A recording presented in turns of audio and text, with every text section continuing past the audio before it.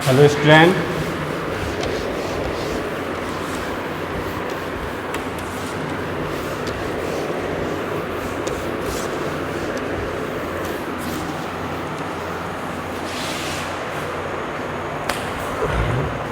कल आपका वीडियो बनाया तो था, तो उसमें कुछ प्रॉब्लम हो गई थी, आवाज़ नहीं आ रही थी, इस वजह से कल अपलोड नहीं कर पाए। तो जो कल पढ़ाया था उसी को आज फिर से दोबारा पढ़ाना पड़ेगा। ठीक,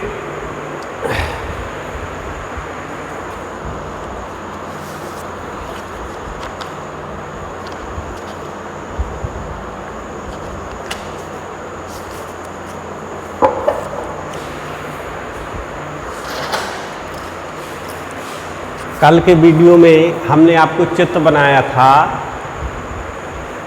जो केंचुआ होता है, केंचुए के नर और मादा जनांग। देखो केंचुआ द्विलिंगी जीव होता है, एक ही जीव में दोनों लिंग होते हैं।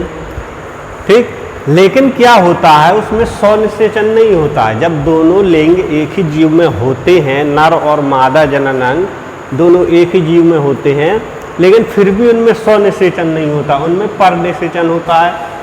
ऐसा क्यों होता है? ऐसा इसलिए होता है कि जो नर जननांग हैं वो पहले विकसित हो जाते हैं और मादा जननांग बाद में विकसित होते हैं, इसलिए उनमें स्वनिषेचन नहीं हो पाता।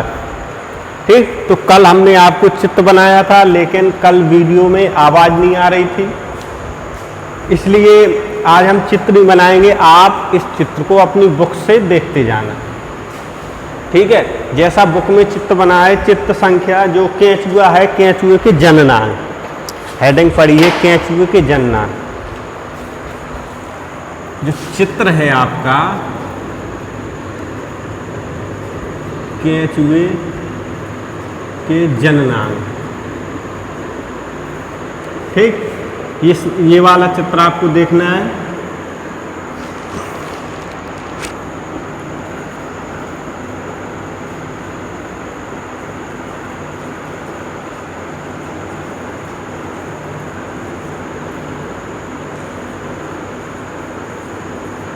जनन तंत्र, ये आपको हेडिंग डालनी है, जनन तंत्र। तो हम केंचुए के दोनों जनन तंत्र के बारे में पढ़ेंगे, नर जनन तंत्र और मादा जनन तंत्र। तो जो ये आपका चित्र है केंचुए के जननांग, इसमें दोनों जननांग दिए हुए हैं, नर जननांग भी दिया है और मादा जननांग भी दिया है, क्योंकि द्विलिंगी जीव होता है, एक ही जीव में दोनों जननांग होते हैं, तो उसमें दोनों जननांग आपको दिए हैं। तो पहले हम नर जननांग के बारे में पढ़ेंगे, फिर इसके बाद हम मादा जननांग के बारे में पढ़ेंगे।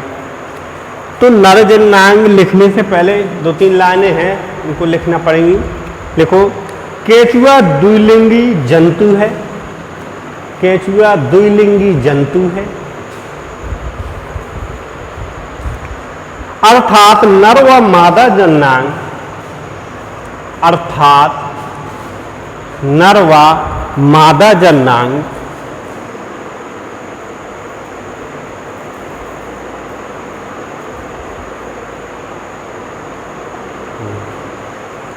अर्थात नर व मादा जननांग एक ही जंतु में मिलते हैं, एक ही जंतु में मिलते हैं। द्विलिंगी होते हुए भी, द्विलिंगी होते हुए भी इनमें स्वनिषेचन ना होकर, द्विलिंगी होते हुए भी इनमें स्वनिषेचन ना होकर केवल परनिषेचन ही होता है, केवल परनिषेचन ही होता है।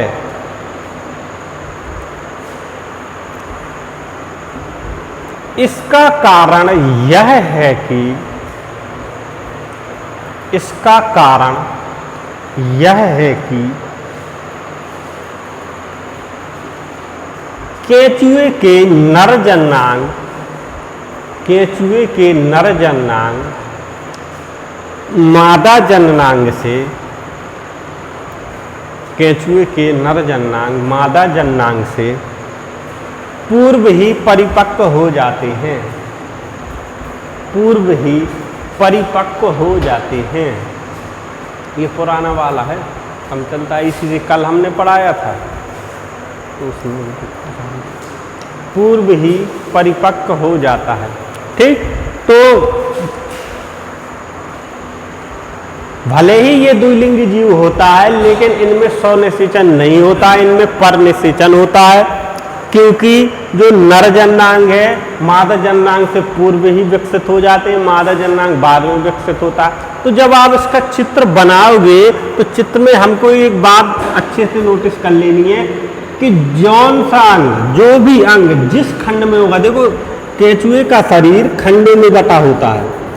ठीक, अब जैसे उसने कह दिया कि जो वृषण होते हैं, वृषण 16 से 17 18 खंड में स्थित होते हैं, तो वृषण इतने ही खंड में स्थित होने चाहिए, उनसे ज्यादा खंड में नहीं स्थित होने चाहिए, नहीं तो वो गलत हो जाएगा। तो जो अंग जिस खंड में स्थित होगा आपको उसी खंड में स्थित करना होगा। जो जैसा चित्र बना है, चित्र में आपको देख के बनाना है। चित्र में सब अंग जैसे हैं, जौन खंड में जो अंग स्थित होते हैं सब वैसे ही बना है। तो चित्र में आप सावधानी पूर्वक बनाइएगा। ठीक, बसाते कल हमने चित्र बनाया था तो वीडियो वो प्ले नहीं हो रहा था, इस वजह से आज हमने चित्र बनाया नहीं है। तो चित्र आप अपना बुक में बना लेना, बाकी लिखने को तो हम लिखवा देंगे। अब जो नेक्स्ट है हेडिंग डालनी है नर जनन तंत्र।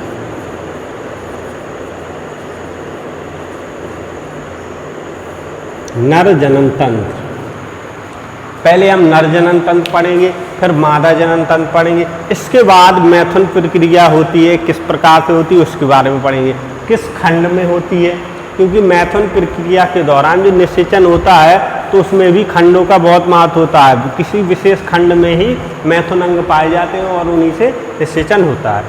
ठीक, तो हेडिंग डालना है नर जनन तंत्र। इसमें लिखना है केंचुए के 10वें 11वें, केंचुए के 10वें 11वें और 12वें खंडों में प्रमुख नर जननांग होते हैं। केंचुए के 10वें 11वें और 12वें खंडों में प्रमुख नर जननांग होते हैं। ठीक, तो जो नर जननांग होते हैं 10, 11, 12, 10वां खंड, 11वां खंड और 12वां खंड, इसमें ही प्रमुख नर जननांग अंग होते हैं 10, 11, 12। ठीक, ये हो गया 10वां, 11वां, 12वां। ठीक, इतने खंड में प्रमुख नर जननांग अंग होते हैं।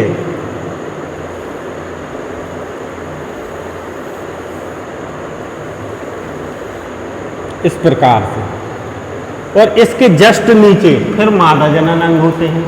ठीक, तो ये जो खंड है इसमें ही प्रमुख रूप से नर जनन अंग स्थित होते हैं। 10, 11, 12, 12वें खंड में ही नर जनन अंग होते हैं। तो सबसे पहले नर जनन अंग में लिखना है वृषण स्यून या वृषण। पहली हेडिंग डालना है वृषण स्यून या वृषण, वृषण स्यून या वृषण।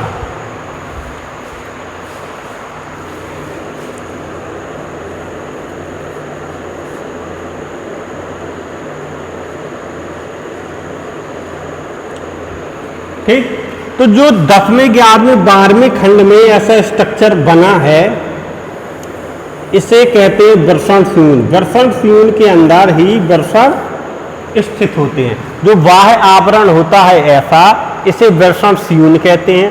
और इसी के अंदर जो ऐसे स्ट्रक्चर जो लटके हुए थैली होती है इसे कहते हैं वृषण। दोनों में लटके रहते हैं, पहले स्यून दूसरी स्यून, दोनों में वृषण ऐसे लटके हुए पाए जाते हैं। ठीक, हाँ, इसमें लिखना है 10वें तथा 11वें खंडों में, 10वें तथा 11वें खंडों में, 10वें तथा 11वें खंडों में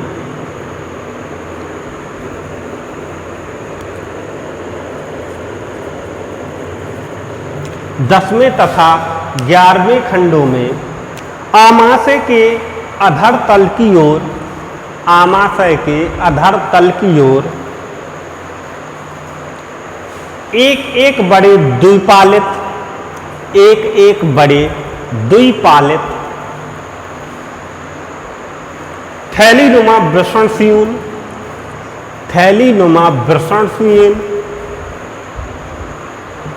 होते हैं, थैलीनुमा वृषणशूल होते हैं।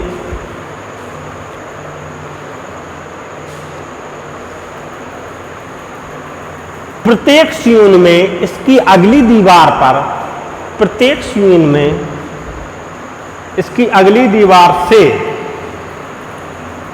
प्रत्येक श्यून में इसकी अगली दीवार से 2 वृषण लटके रहते हैं, 2 वृषण लटके रहते हैं।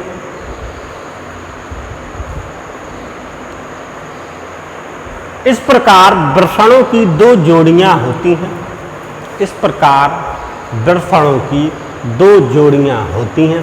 मतलब दोनों दीवार पर, ऊपर की दीवार पर जो वृषण श्यूल होते हैं, इनके ऊपर की दीवार पर और नीचे की दीवार पर 2-2 वृषण लटके रहते हैं।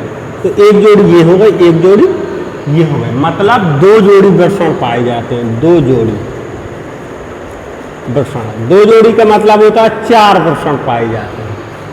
ठीक, कितने वृषण पाए जाते? 4। अब नेक्स्ट हेडिंग है शुक्राशय। दूसरी हेडिंग लिखना है शुक्राशय।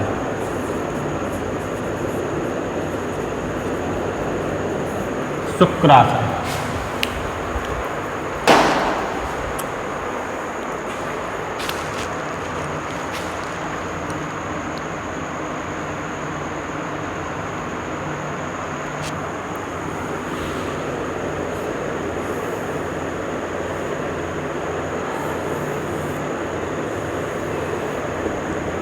आज जो शुक्राशय होता है, 12वां खंड जो होता है, इसमें 12वां जो खंड होता है, इसमें नीचे 2 संरचनाएं होती हैं, जिसे हम क्या कहते हैं? शुक्राशय कहते हैं। ठीक, वृषणशूल के जस्ट नीचे शुक्राशय होते हैं।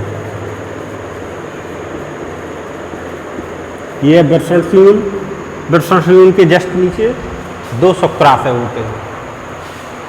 ठीक, और 2 शुक्राशय यहां पर स्थित होते हैं। इधर 1 मिनट रुकना। 2 शुक्राशय इधर स्थित होते हैं, मतलब शुक्राशय भी 2 जोड़ी में पाए जाते हैं, मतलब 4 शुक्राशय होते हैं। एक इधर होता है, एक इधर होता है। मतलब जितने भी नर जनन होंगे 10, 11, 12 इतने ही खंड में होंगे।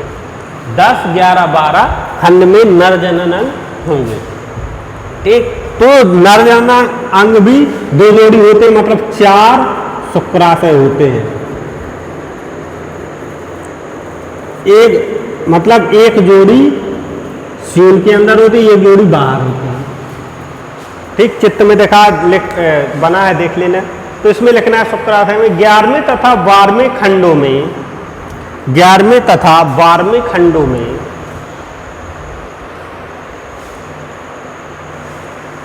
आमाशय के पार्श्वों में, आमाशय के पार्श्वों में एक एक जोड़ी बड़े थैलेनुमा, एक एक जोड़ी बड़े थैलेनुमा शुक्राशय होते हैं। थैलेनुमा शुक्राशय होते हैं। 11वें खंड के शुक्राशय छोटे, 11वें खंड के शुक्राशय छोटे। जो 11वें खंड में शुक्राशय होते हैं ये छोटे होते हैं, मतलब ऊपर के जो शुक्राशय होते हैं वो छोटे होते, नीचे के शुक्राशय बड़े होते हैं। 11वें खंड के शुक्राशय छोटे,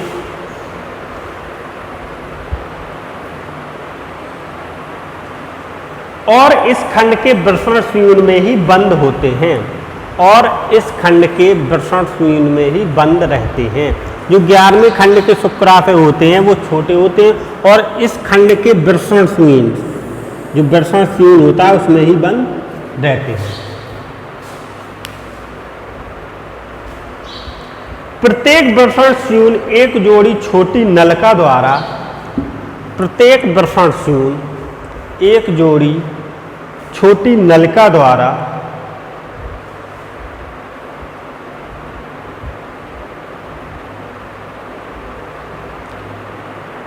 अपने खंडों के पीछे, अपने खंडों के पीछे, अपने खंडों के पीछे वाले खंड में स्थित, अपने खंडों के पीछे वाले खंडों में स्थित शुक्राशयों में खुलता है, शुक्राशयों में खुलता है। इसके अंडरग्राउंड एक नलिका होती है, तो प्रत्येक जो वृषणस्यूल होता है अपने पीछे वाले खंडों के शुक्राशय में खुलता है। ठीक, तो ये तो हो गया शुक्राशय। अब नेक्स्ट है तीसरी हेडन शुक्रवाहिनियां।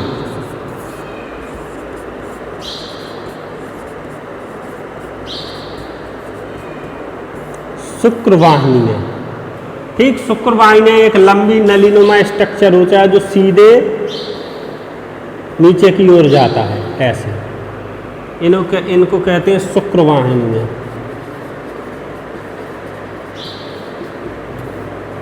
शुक्रवाहिनियां, ठीक, तो नेक्स्ट तीसरी हेडिंग डालो शुक्रवाहिनियां।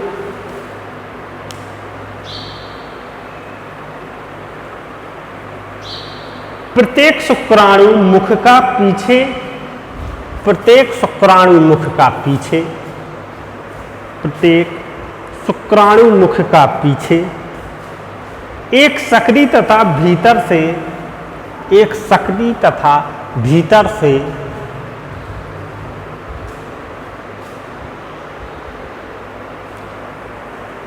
से रोमाभि शुक्रवाहिनियां बनकर, रोमाभि शुक्रवाहिनियां बनकर, रोमाभि शुक्रवाहिनियां बनकर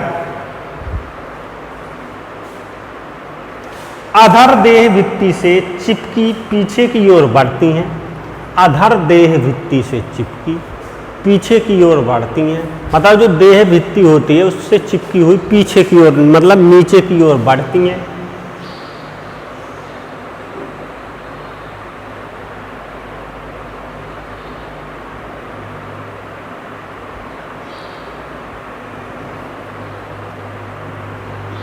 और 18वें खंड में, और 18वें खंड में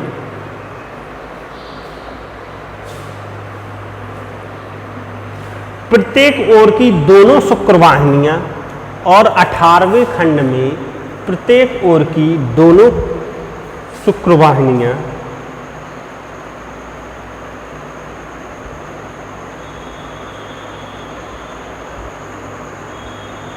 एक प्रोस्टेट नलिका के संपर्क में आती हैं, एक प्रोस्टेट नलिका के संपर्क में आती हैं, एक प्रोस्टेट नलिका के संपर्क में आती है। अब ये दोनों शुक्रवाहिनियां क्या होती हैं, नीचे की ओर जाकर एक प्रोस्टेट नलिका के संपर्क में आती हैं।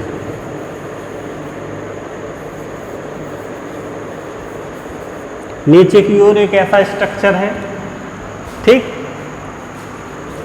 बना नहीं है सही लेकिन आप देख लेना, ऐसा स्ट्रक्चर है नीचे की ओर, ये होती है प्रोस्टेट ग्रंथि।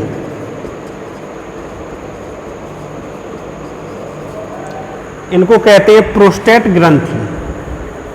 एक मिनट सही से बना दे।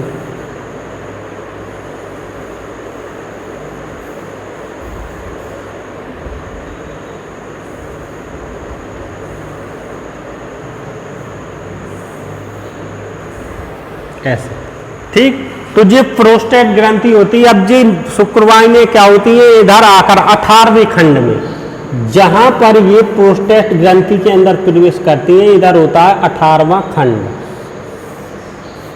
मतलब 18वें खंड में ये प्रोस्टेट ग्रंथि में प्रवेश करती है प्रोस्टेट नलिका के द्वारा। अब बहुत सी प्रोस्टेट नलिकाएं मिलकर क्या बनाती है, प्रोस्टेट ग्रंथि बनाती है। और जो शुक्रवाहिनी होती है वो कहाँ में, 18वें खंड से ही प्रोस्टेट ग्रंथि में प्रवेश करती है, ठीक। तो अब इसके बाद नेक्स्ट हेडिंग है आपकी चौथी, प्रोस्टेट ग्रंथि।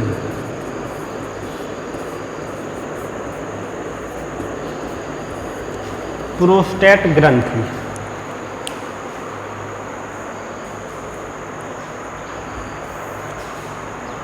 इसमें लिखना है प्रत्येक ओर की दोनों प्रोस्टेट नलिका, प्रत्येक ओर की दोनों प्रोस्टेट नलिका, मतलब नलिका की सहायता से इस ओर की शुक्रवाहिनी और इस ओर की शुक्रवाहिनी, जब दो शुक्रवाहिनियां तो दो नलिकाएं भी होगी, प्रोस्टेट नलिकाएं भी होगी। तो प्रत्येक ओर की प्रोस्टेट नलिका एक बड़ी असममित, एक बड़ी असममित, असममित का मतलब होता है कोई आकार ना हो जिसका, चपटी प्रोस्टेट ग्रंथि से निकलती हैं, चपटी प्रोस्टेट ग्रंथि से निकलती हैं।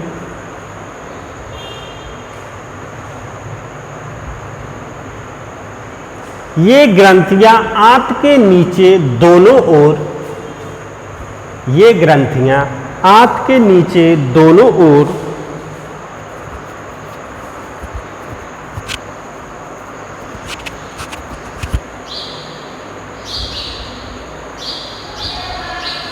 दोनों ओर 16वें खंड से लेकर 20वें खंड तक फैली होती हैं, 16वें खंड से लेकर 20वें खंड तक फैली रहती हैं।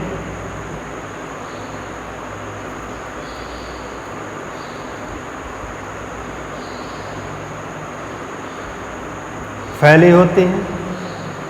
प्रत्येक ग्रंथि में ग्रंथिल कोशिकाओं, प्रत्येक ग्रंथि में ग्रंथिल कोशिकाओं के कई पिंडक होते हैं, प्रत्येक ग्रंथि में ग्रंथिल कोशिकाओं के कई पिंडक होते हैं। अब प्रत्येक प्रोस्टेट ग्रंथि में ग्रंथिकाओं के कई पिंडक होते हैं, ये पिंडक होते हैं ऐसे, कई पिंड मिलकर एक प्रोस्टेट ग्रंथि का निर्माण करते हैं जैसे, ठीक होते, जिसके कार्य, नहीं एक मिनट रुको, पिंडक होते हैं। पिंडकों से निकली छोटी छोटी नलिकाएं, पिंडकों से निकली छोटी छोटी नलिकाएं, पिंडकों से निकली छोटी छोटी नलिकाएं ही मिलकर बड़ी प्रोस्टेट ग्रंथि का निर्माण करती हैं, ही मिलकर बड़ी प्रोस्टेट ग्रंथि का निर्माण करती हैं। जो छोटी छोटी नलिकाएं होती हैं ये सब मिल जाती हैं जिससे एक बड़ी प्रोस्टेट ग्रंथि का निर्माण हो जाता है। प्रोस्टेट ग्रंथि से प्रोस्टेट द्रव स्रावित होता है, प्रोस्टेट ग्रंथि से प्रोस्टेट द्रव स्रावित होता है।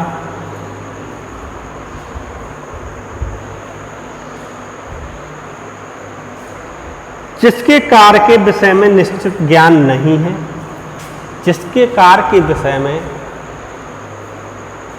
निश्चित ज्ञान नहीं है, मतलब इस द्रव का कार्य क्या होता है इसके बारे में अभी जानकारी नहीं हुई है कि प्रोस्टेट द्रव का कार्य क्या होता है, ठीक। तो ये प्रमुख नर जननांग होते हैं और इसके जस्ट नीचे 13वां खंड जहां से स्टार्ट होता है, इधर से जहां से 13वां खंड स्टार्ट होता है वहीं पर मादा जननांग होते हैं,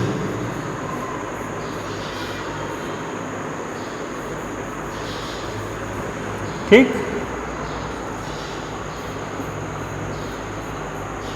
ये होते हैं मादा जननांग, जो 13वें खंड से स्टार्ट होते हैं बीच में, ये मादा जननांग होते हैं। इनके बारे में हम कल पढ़ेंगे, ठीक। तो एक ही कैंचुए में नर जननांग होते हैं, मादा जननांग होते हैं। तो मादा जननांग 10, 11, 12 खंड में स्थित होते हैं पूरे खंड में, इसके नीचे मादा जननांग होते हैं। तो नर जननांग ऊपर और मादा जननांग होते हैं नीचे, ठीक। तो नर जननांग इतने ही होते हैं। अब इसके बाद जो कल हम नेक्स्ट वीडियो बनाएंगे उसमें बताएंगे मादा जननांग। इसके बाद मैथुन प्रक्रिया किस प्रकार आरंभ होती है इनमें, उसके बारे में चर्चा करेंगे, ठीक। तो इस वीडियो में सिर्फ इतना ही, बाकी जो अगला वीडियो उसमें हम आगे बताएंगे। और इसका चित्र हम एक बार और बता दे रहे हैं, चित्र बनाना तो देख के बनाना, जो अंग जिस खंड में स्थित हो उसी खंड में स्थित करना। इसके लिए आप सबसे पहले खंड बना ले, बाहरी स्ट्रक्चर तैयार कर ले। केंचुए का बाहरी स्ट्रक्चर तैयार करना है, पहले आंतरिक अंगों को नहीं बनाना है, पहले केंचुए का बाह्य स्ट्रक्चर तैयार करना है। बाह्य स्ट्रक्चर में खंड लिख लेना है, उसी खंडों के आधार पर हमको अंदर के ऑर्गेनिज्म या अंदर के जो अंग है उनको बनाना है। ठीक, तो आप देख लेना और सही से बनाना। ठीक है, बाकी अगला वीडियो में बताएंगे।